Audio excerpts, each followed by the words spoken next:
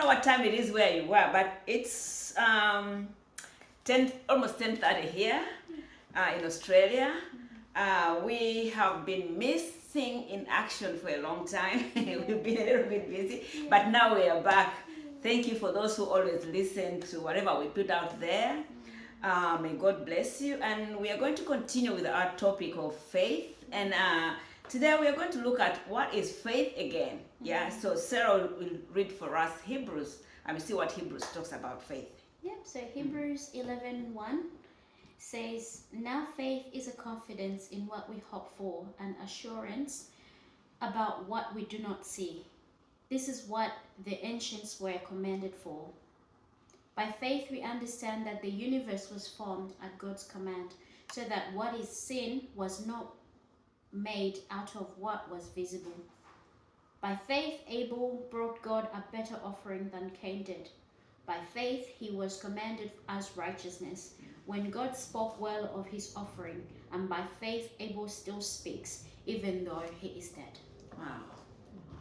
Faith, oh my gosh.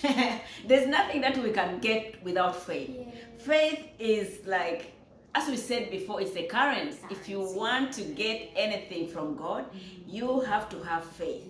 But if you don't have faith, it's impossible. The Bible actually says it's impossible to please God without faith. So let me see. I searched about faith in the dictionary. Let me see what it says. It says faith means having a high degree of trust. Wow. A high degree of trust, confidence, or strong belief in someone or something, often without needing physical proof or scientific evidence. Yeah. Oh my gosh. It's been really explained very well in the dictionary. Having a highly degree of trust. Like trusting God with all your heart, all your mind, all your soul, everything, you know. If you have that kind of trust and confidence in God, my sisters, there is nothing that is going to be impossible. So that's what faith is. Yeah. Yeah, you may be, for example, you may be going through a challenge, maybe a sickness, you know, and you trust God for healing. If you have that faith, you will see miracles. To be honest with you, that sickness will go. Yeah. I've seen that several times. Yeah. There are times when I was sick and I would call my kids. They were very little, and I tell them, you know what, I feel headache. Put your hands on me, because they were young. You know, young kids have more faith than us. They would lay their hands on. By the time they finished praying, they were like 4, 5, 6, 7. I was healed instantly. That is the faith that moves mountains. You wanted to say something, Sarah? Yeah, we also noticed that in the New Testament when Jesus was speaking, every single time he said, by faith you have been healed. Because of your faith you have been healed. This is something he constantly said, and every single time something happened, something miraculous. People were healed. There was a man with a shriveled hand. Yeah. That man, he really touched me. And the woman with the blood issue, those were big miracles, but because of faith, their miracles were activated, and they saw. And it's interesting because after God works, when you've got faith, it's hard for you to get into another situation and think, oh no, this is not going to happen, because you've seen it before. It's like, oh, I've got to activate that faith again, so then I can get what I want, because it literally opens the door for you to get exactly what you want. Yeah, what I've seen is that with faith, these people here, the guy you talked about, he had never seen anyone getting healed with a civil hand. He had never seen it before. But he knew that, if Jesus, if I meet Jesus, I'm going to be healed. Yeah. The lady with the blood issue, yeah. you know, she had never seen anyone being healed, you know. In But fact, yeah. she said in her mind, if I just touch, I touch, and that's where the healing starts. Yeah. When you have that in your mind, if I trust Jesus with this is going to happen. Yeah. And as of nowadays, You know, we have seen all these stories, we have heard all these miracles, we have all this, but why is it that we don't trust God with our issues? Why don't we have faith in us that God can take those issues away? Most of the people trust their money. They have faith in their money, you know, but what is money going to help you with? I've seen very many people having tons of money in the bank. They put their faith in that money. But the time comes when they're on oxygen, when nothing has failed, their money cannot help them. Whether they bring the best doctors, that cannot help them. And they trust their money more than trusting in God. God who can take that illnesses away, God who can take that situation away from them, you know. And it's so easy trusting God. You don't have to have a degree, you don't have to go to uni to have faith. You have to exercise it inside you. And you say, if God created me, He knows everything about me. He knows how my heart looks like. He knows how my liver looks like. He knows where this cancer is. I believe that God can touch it. God can heal it. You know, if you have that in you, there's no way that you can't find your miracle. That's true. In fact, you saying that got me thinking about the lady with the blood issue. She shouldn't have been in public because she was considered unclean. She was considered unclean, and it's crazy because these days, even when you have cancer, you can still go out in with people in public. So it's not like you're excluded. In fact, people include you more because of what you're going through. But because you're included, you should also include God in that situation, because that's the best mixture for what you're going through.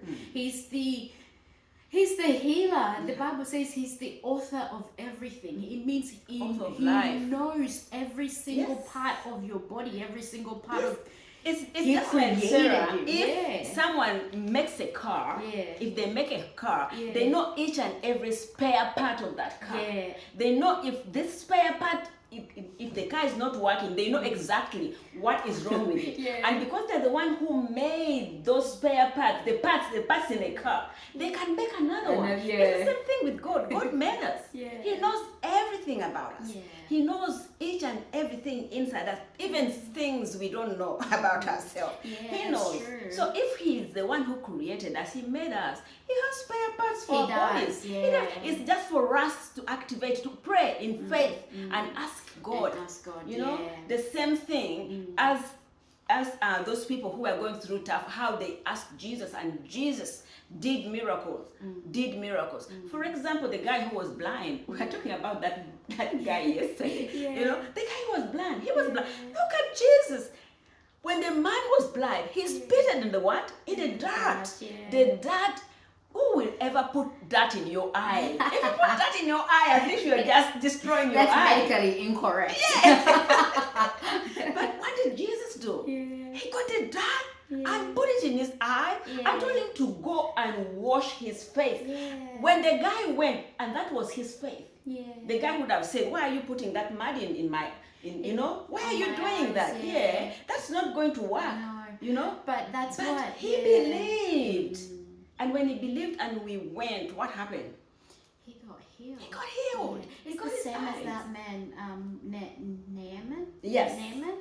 When he got told, and he's like, because he was a general, he was a big man. He would have felt, I'm just gonna need this person to just tell me to go. We got rivers where we go, and I can just get healed. But he did. Or speak a word, get healed. Or touch me, and then I can, you know. But it was like, no, you do exactly. And it's crazy because when we're in this bodily form, we think that because we have to see something for it to work, we have to touch something for it to work. We have to use our human senses for what we need to work. But no, people have to remember, or we all have to remember, that we are spiritual beings in human bodies, meaning that things happen in the spiritual world. Before they happen. Physically. So when you see something attacking you, when you see a disease attacking you, this is something that has happened in the spiritual realm before it has manifested on your body. When the best example to bring that out is Job. When Job had everything happen to him, this had been something that had happened in the spiritual realm.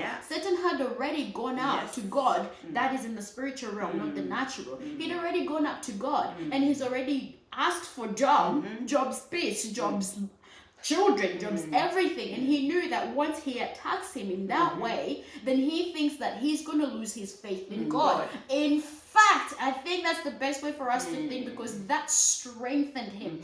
And when you're going through something, it's best for you to activate your faith even more, thinking that yes, the Bible says that when the devil lifts the dust, the Lord is going to lift up the standard as well. Yes. Meaning that when those things, when you're going through you. those hard situations, your faith should be the strongest thing that you have. Knowing that the God you serve is stronger than this situation that you're going through. And exactly that is what is going to bring you through it. Yeah, and what I've seen is that every time the devil attacks you, the devil brings persecution or diseases or whatever in your life.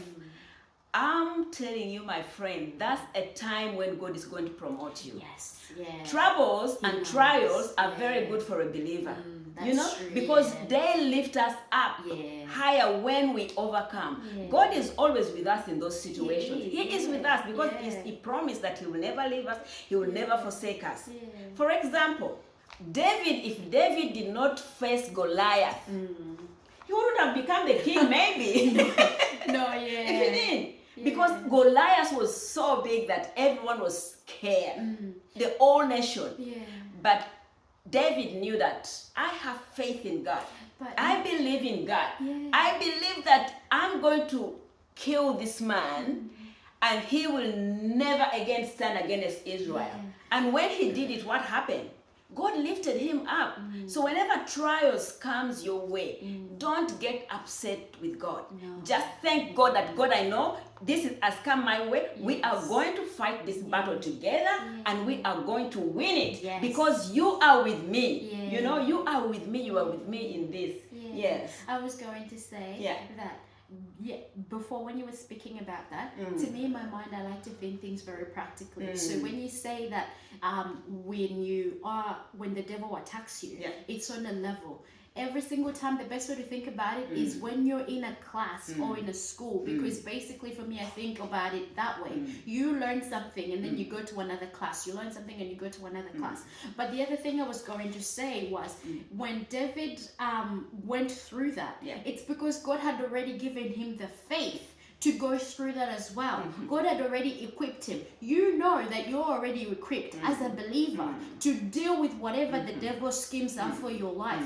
There is nothing that the devil is going to do that is going to be, if you do not fight, then you're going to lose. But if you fight because this is what you are meant to do, then you are going to go to another level and you're always a winner. The best way to always set your mind is to think, I am a winner all through this situation. There is nothing. The Bible says that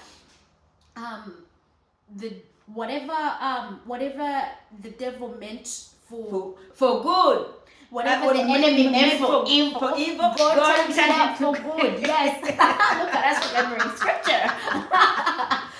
Whatever he meant for bad, God turns it for evil. But God turned it to good. God turns it for good. But God has also given you the authority. You have the authority. Your tongue holds a lot of power. Remember that. Just because you have faith, you also have to speak these things into existence. Use your tongue to speak. Sometimes it's best because sometimes I actually think I pray. I think in my mind I'm thinking when I'm praying. But it's also good to open your mouth and speak and say whatever this situation is, it is not going to defeat me. I am a winner. Speak these things into existence. You know, there's a verse in the Bible that says we overcame the devil by the blood of the Lamb and the testimony of our mouth. So it's your testimony, you know, that can overcome the enemy. And the other thing is that he will flee. The devil won't stay there, he will flee. So the other thing that I want to encourage you, my brothers and sisters, let us trust God in whatever is going on in our lives. We can't control situations that come our way, but let's have faith in him. You know, God is with us. He will never leave us. He will fight for us. He is there with us. He was with the children of Israel. You know, we are on this journey because this is not our destination. We are on the journey. But through this journey, God is with us. As he was with the children of Israel when they were coming from Egypt, all the way to the promised land. In between there were a lot of challenges, which are the same that we are meeting today. Some people think, if God is there, why am I going through this? Why is this happening to me? Why is this? Why are my children like this? Why am I don't have a job? Why am I sick? Why am I having cancer? Why me? Why is that everything is on me? Where is God? And some people are losing their faith. Please don't lose your faith, because the enemy knows how strong you are. So he's attacking you for you to stop believing in God. But whenever he attacks you in all the ways, don't lose your faith. Stand strong. Know that my God is with me. He promised me. Because even Shadrach and Meshach and Abednego, they were, even when they were in the fire, they were thrown in the fire, they refused, you know, they refused to worship those idols. They say, if God saves us, well. If he doesn't, well. But you know that even at the last minute, even when they were thrown in the fire, God was with them. The Bible says that the king saw a fourth person in the fire, and that was Jesus. So God is with us, and the fire did not burn them. No. What does it mean? Even when we go through trials, they're not going to kill us, because God is with us. Let's stand strong. Let's have faith. Let's trust in Jesus, the author and the finisher of our faith.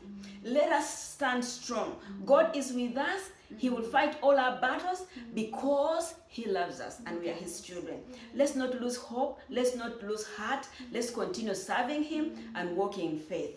So we love you guys, and we trust in you. We trust in God. And we trust in you, and we trust in God. So may God bless you, and we'll see you next time. Yes. We love you.